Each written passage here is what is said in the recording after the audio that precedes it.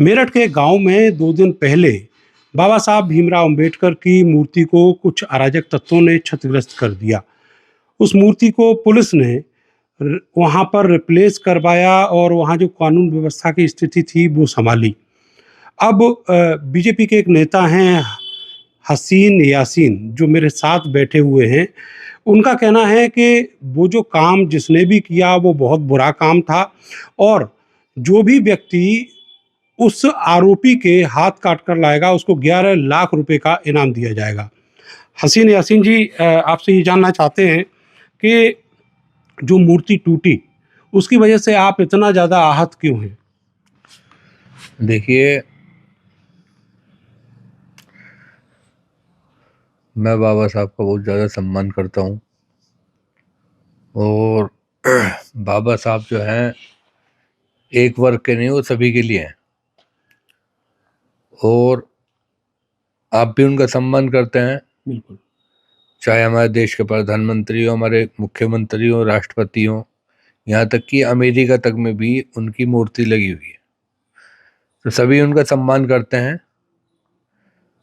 तो जिस आदमी ने भी ये काम किया है वो आदमी बहुत मतलब नीच किस्म का आदमी होगा। हमारे देश का कम से कम हमारे देश में कोई भी नागरिक बाबा साहब के बारे में ऐसा सोच भी नहीं सकता, तो इसलिए मैंने आहत होकर ये बात बोली थी। ये बताइएगा कि क्या आपको लगता है कि पुलिस ने वहाँ जो मुकदमा दर्ज किया या फिर वहाँ लॉ एंड ऑर्डर को व्यवस्थित किया या फिर वहाँ जो मूर्ति है वो रिप्लेस करके लगवाई या गांव वालों ने लगवाई, इतना पर्याप्त है कि इसमें और ज़्यादा कार्रवाई होनी चाहिए?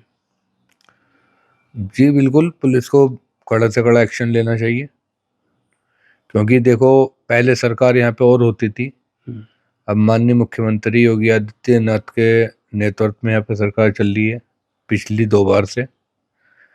तो लॉ एंड ऑर्डर हमारे यहाँ इस समय बहुत ज़्यादा सख्त है और सख्त होना भी चाहिए, क्योंकि बाबा जी की सरकार है और बाबा जी की सरकार में अगर ऐसा हुआ है तो उन लोगों पे कड़ी कार्रवाई होनी चाहिए और कड़ी कार्रवाई होगी, क्योंकि मैं खुद भारतीय जनता पार्टी से हूँ और मैं भारतीय जनता पार्टी की अच्छाई देख के और लॉ एंड ऑर्डर देख के और कानून व्यवस्था देख के तब इस पार्टी में शामिल हुआ था। इससे पहले मैं बीएसपी पार्टी में था। ये बताइएगा कि बाबा साहब भीमराव अंबेडकर जिन्होंने संविधान बनाया, संविधान से चलने के लिए सबसे कहा, उनको जो अनुयायी हैं उनके सामने एक बड़ी शर्त ये होती है कि वो उस संविधान का पालन करेंगे। आपने इनाम घोषित कर दिया। जी दोबारा रिपीट करिए, समझा नहीं। मेरा कहना ये है कि जो संविधान है, संविधान के तहत ही कानून बना हमारे देश में और हम सब उसी कानून का सबका पालन करते हैं। किसी अराजक तत्व ने उनकी मूर्ति तोड़ दी और आपने इनाम घोषित कर दिया। आपको नहीं लगता कि बेहतर होता कि कानून के तहत जो कार्रवाई चल रही थी वही ज़्यादा बेहतर थी, या फिर इनाम घोषित करना ये ठीक है? बाबा साहब का मैं बहुत ज़्यादा सम्मान करता हूँ, मैंने भी आपसे पहले ही बोला। बस मैंने आहत होकर जज्बात में आके ये बयान दिया। तो वो जज्बात अभी भी कायम हैं या वो विथड्रॉल हो गए हैं, वापस हो गए? नहीं, देखिए, मैंने कल जो बोला था जज्बात में आके बोला था। अब आपने बताया कि प्रशासन ने सारे काम करा दिए हैं, तो ये प्रशासन का सराहनीय काम है, अच्छा काम है और बाकी बस जो मैंने बोला था अभी भी मैं उसी पे अडिग हूँ। मतलब अभी भी आप चाहते हैं कि अगर कोई हाथ काट कर लाएगा तो आप उसको 11 लाख रुपए दे देंगे? प्रशासन ने काम कर दिया है अपना, ठीक किया है, अच्छा किया है और अगर इस काम में ऊपर वाला न करे, कोई दोबारा ऐसी अनहोनी होती है, मैं तब भी यही नाम बोलूँगा। आपको ये ऐसा नहीं लगता कि आपने कहीं कानून का वायलेशन किया है? मैंने क्या कहा अभी आपसे? हाँ। मैंने कहा प्रशासन ने हमारे काम किया है, बहुत अच्छा किया है। अगर कभी ऊपर वाला न करे, कोई देखो, शरारती तत्व जो होते हैं देश में माहौल खराब करने का काम करते हैं, उनके लिए सख्त से सख्त कानून बनना अरे चाहिए। योगी आदित्यनाथ की सरकार है, बुलडोजर भी है उसके पास। जी नहीं, मैंने अभी तो कहा कि बाबा की सरकार में अगर ऐसा हुआ है तो बहुत ही ज्यादा चिंताजनक विषय था ना ये। तो क्या हसीन भाई को जरूरत है 11 लाख रुपए के इनाम बोलने की? ये नहीं बताओ। नहीं नहीं नहीं, ऐसी बात नहीं। बाबा की सरकार में तो ऐसी बात है नहीं कि नहीं, नहीं, कोई नहीं। जरूरत नहीं। तो अब आप इनाम को कायम रखे हुए हैं या वो वापस कर लिया आपने? देखो, ऐसा है, मूर्ति लग चुकी है हाँ। और मैंने अब इनाम वापस रखना, अब नहीं करना। अब 11 लाख बच गए आपके। हाँ, बच गए। अब उसको कहाँ इन्वेस्ट करने वाले हैं? इन्वेस्ट क्या, बस देखो ऐसा है कि अगर मुझे आदेश हो ऊपर से मिले, सरकार की तरफ से मिले, मैं मूर्ति अपने पास से लगवाने के लिए तैयार हूँ, मैं खुद लगवा दूंगा, क्योंकि मैं बाबा साहब का बहुत सम्मान करता हूँ। अच्छा हसीन भाई, ये बताइए आपका जो पॉलिटिकल कैरियर है उसके बारे में थोड़ा सा बताइए। आपने कहाँ से शुरुआत की और कहाँ तक पहुंचे?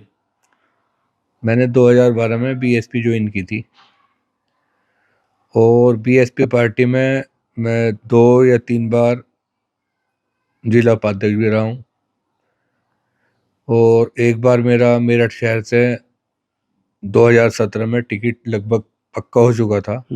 माननीय नसीमुद्दीन सिद्दीकी मेरे आवास पे आए थे, तो कुछ लोगों ने, अराजक तत्वों ने उनके ऊपर पथराव किया था। उसके बाद मेरा टिकट कट गया था।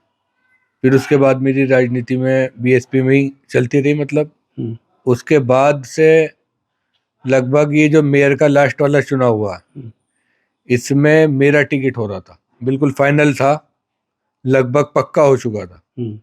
शमसुद्दीन नैन जी ने किया था, लेकिन वो भी किन्हीं हालातों में टिकट पापा ने बोल के कटवा दिया था। पापा नहीं चाहते थे आप पापा चुनाव नहीं लड़ो? चाहते थे मैं चुनाव लड़ूं। अच्छा जी। और फिर बीजेपी कब ज्वाइन किया आपने? बीजेपी मैंने पिछले साल ज्वाइन की है। पिछले साल? जी। तो क्या आप समाजवादी पार्टी में भी रहे हैं? समाजवादी पार्टी में रहा नहीं मैं, बस थोड़ा, मैंने बताया भी, मेयर के चुनाव में थोड़ी सी हल्की फुल्की ऐसा इशारा पब्लिक का था कि मैं समाजवादी में हूँ, क्योंकि एक हमारे यहाँ लीडर आया था समाजवादी का, मैं उसका नाम नहीं खोलूँगा, उसकी वजह से थोड़ा सा ये हुआ कि मैं समाजवादी में जा रहा हूँ, लेकिन मैंने भाजपा ज्वाइन की। अच्छा, अब तो आपके जो करीबी जिनका आपने अभी नाम लिया, नसीमुद्दीन सिद्दीकी साहब, वो भी समाजवादी पार्टी में? नहीं, उनसे मेरा कोई लेना देना नहीं, वो पार्टी की वजह से था, बसपा में बस थे? खाली बीएसपी की वजह से था। जी। आप फुल टाइम पॉलिटिशियन हैं या कुछ कारोबार भी करते हैं? नहीं, फुल टाइम। चलिए सर, और बहुत अच्छी बात है, आपने जो अपना इनाम जो है वापस ले लिया है। एक आदमी की जो हाथ है वो अब नहीं खतरे में आएंगे। तो हसीन यासीन जी ने अपना जो इनाम है वो वापस ले लिया है। उनका कहना है कि उन्होंने जो भी घोषणा की थी वो केवल इमोशनल होकर की थी, क्योंकि वो बाबा साहब को बहुत ज़्यादा पसंद करते हैं। मैं नरेंद्र, भारत समाचार, मेरठ।